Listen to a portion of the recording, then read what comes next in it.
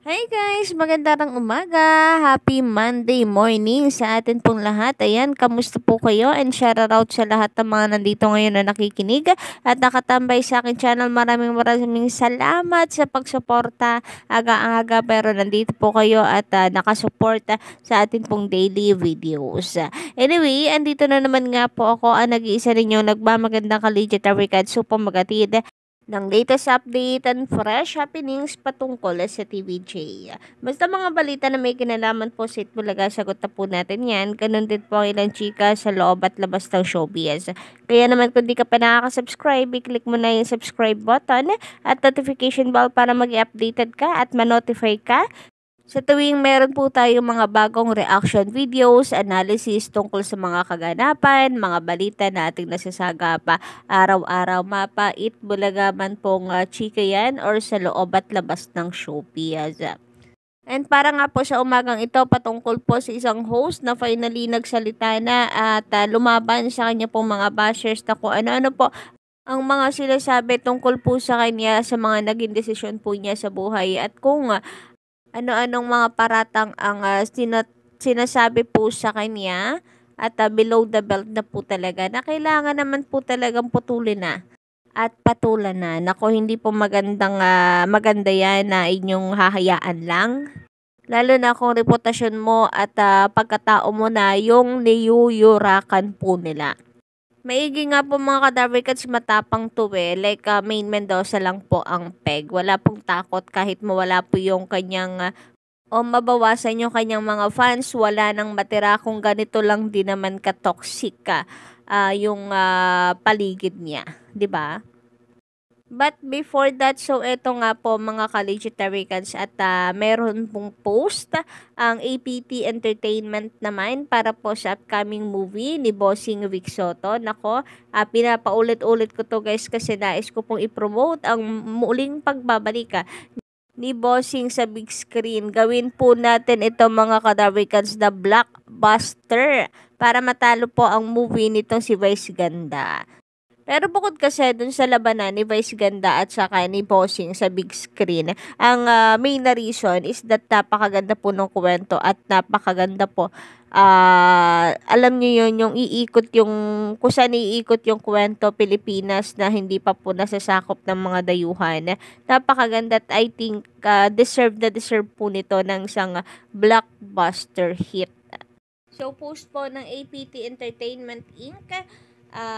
Team The Kingdom, tuloy-tuloy ang paghahanda para sa malaking MMFF movie ng taon. Pinakamalaki guys ay highlight natin ito. Pinakamalaking MMFF movie ng taon. So hindi lang to basta movie lang. Ka-Legitaricans na pakikiligin ka lang, patatawanin ka lang, no? Napakalaki po ng role ng movie nito, I think, para po sa ating mga Pilipino, no?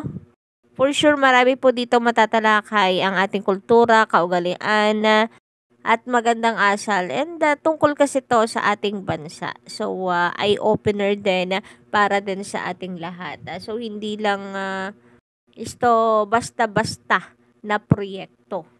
So, sabi pa dito, sa Asyong Restaurant sa Cavite, ginanap ang isa sa mga pre-production meeting at ocular ng buong staff and crew.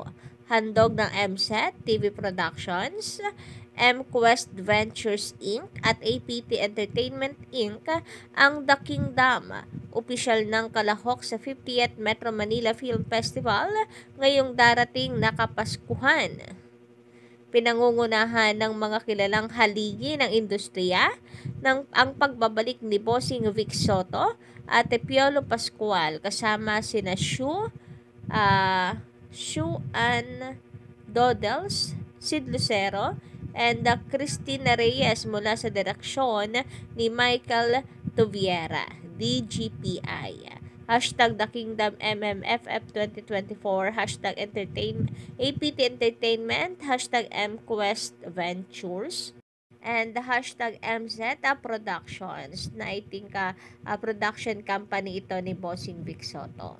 So, nag-invest din po siya mga ka-Darwikans sa movie na ito Maniguradong gustong-gusto talaga ni Bossing ang pelikula na ito. Samantala, sabi naman dito ni Roy, hindi naman totoo ang ratings na yan.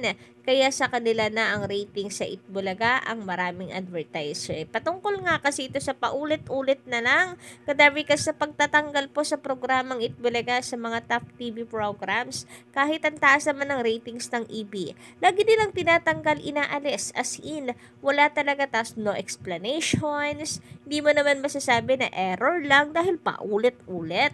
So, sino ba naman po ang gaganahan sa pagtingin ng mga ratings na yan, 'di ba? Mga kadabrikans, okay lang naman sa atin kung manguna ang Showtime. Pero bakit kailangan nilang i-delete ang Itbulaga, tanggalin ang Itbulaga? Nakaka-MBR na. So, kung gano'n na din lang nga, di sa kanila na lang yung ratings na yan. Hindi naman kami naghahabol sa ratings. Di ba, hindi man tayo naghahabol sa ratings. Tanggalin nila kung gusto nilang tanggalin. Basta ang Itbulaga buhay na buhay, mga kadarikats. Kahit gusto na po nilang patayin, pataubin, patalsikin, nako ay hindi po yan mangyayari hanggat nandito po tayo na legit Taricals na nakasuporta sa Itbulaga. Samantala, narito naman ang komento ni Lolito Madrariaga. Wala silang pantapata sa Itbulaga sa totoo lang. Kung hindi malakas ang network ng GMA, bagsak din ang ratings ng Showtime. Yes, true. Tingnan nyo naman yung mga kumapit po sa Showtime dati, di ba? GTV, TV5, nasan yung ratings nila? Di ba, lagapak? 1.5. Samantalang ang TVJ, nung napunta po sa TV5, ilan ang ratings nila? 4% and 3%. Isang napakalinaw na napakalayo po ng agwat ng Itbulaga sa Showtime.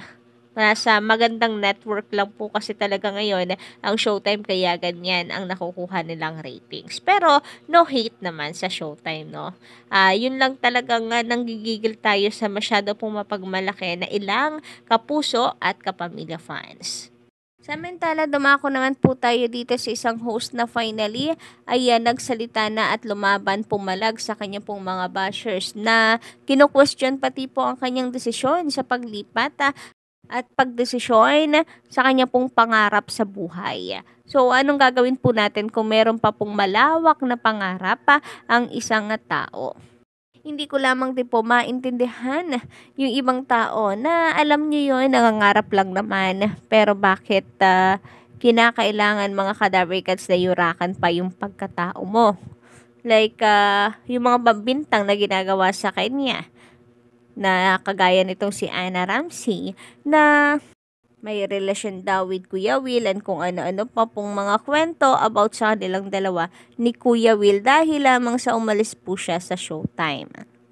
So, sabi nga po dito ng KI News Showbiz, hashtag Will to Win TV5 host and the radio jack Anna Ramsey answered netizens criticizing her decision to accept the offer of TV5 newest variety program or variety game rather show hosted by controversial TV host, comedian Willie Revillame. This comes after netizens noticed Ramsey's uncomfortable reaction after the program's main host Willie Revillame, also known as Kuya Will, scolded some production staff during its live airing. The said Radio Jack that she is happy in her stint as Will to Win co-host. Ramsey moved to TV5 after years of being part of ABS-CBN and being one of the hosts of Showtime Online U, the online show of ABS-CBN's 14-year-old noontime show. It's Showtime. So, ito nga po mga kadabrikals, so grabe talaga po ang mga komento. Until now, ang dami pa rin, dami pa rin toxic po na kapamilya fans dahil lang umalis siya sa Showtime na para bang ayaw na po nilang mag-grow yung tao. Hindi naman sa katapat ng Showtime lumipat si Anna Ramsey para magginaw-ngaw sila ng ganyan. Sayang daw ang galing niya sa Showtime, etc. Tapos meron pa nagsasabi na hindi siya kawalan sa It's Showtime. Eto pa, established na ang Showtime. Ang Will to Win start pa lang, hindi mo alam kung tatagal.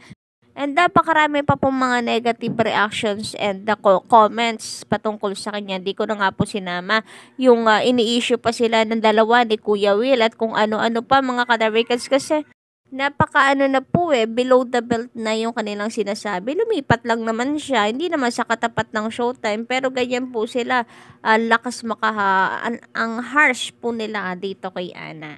Mabuti na lang may mga positive pa tayo nababasa kagaya nito. Mga bitter Showtime fans lang nagsasabi niyan kasi hindi nila matanggap na umalis ka sa Showtime. Kaya wag mong isipin sasabihin nila magtrabaho ka lang dahil di naman sila ang nagpapasweldo sa'yo.